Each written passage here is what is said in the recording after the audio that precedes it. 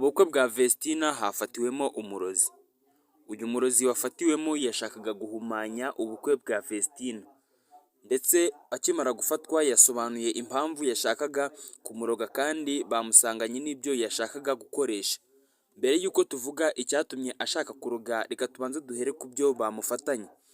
Bamufatanye igice cy'agahanga k'umuntu wapfuye kera, afite uruhu rw'ihene, urw'intama ndetse n'urw'inka, afite agahu ameze nk'ako yashishuye ku muntu wapfuye, ikindi kandi afite n'ibyatsi bigiye bitandukanye, afite ubutaka ngo yakuye ku irimbi.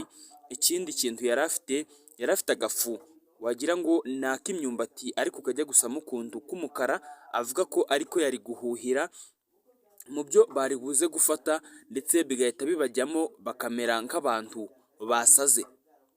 Icyatumye aza kuroga rero ubukwe bwa Vestina nacyo yakivuzeho. Akimara gufatwa yavuze ko icyatumye aza kuroga ubukwe bwa Vestina ngo ari uko ngo Vestina yabyirutse nyuma yiwe, akaba ashatse umugabo mbere yiwe.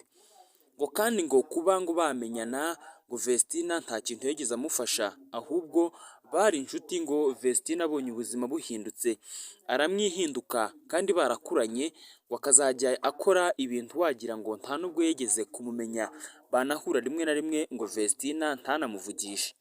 Ngo ibi ngibi rero byamurakaje cyane. Akimara kumva ko noneho Vestina yabonye umukunzi, afata umwanzuro w'uko agomba kuza guhumanya ubukwe bwiwe, ndetse ngo Vestina ibyiza abona cyangwa se ibyiza yari agiye kugeraho ntazabe akibigezeho.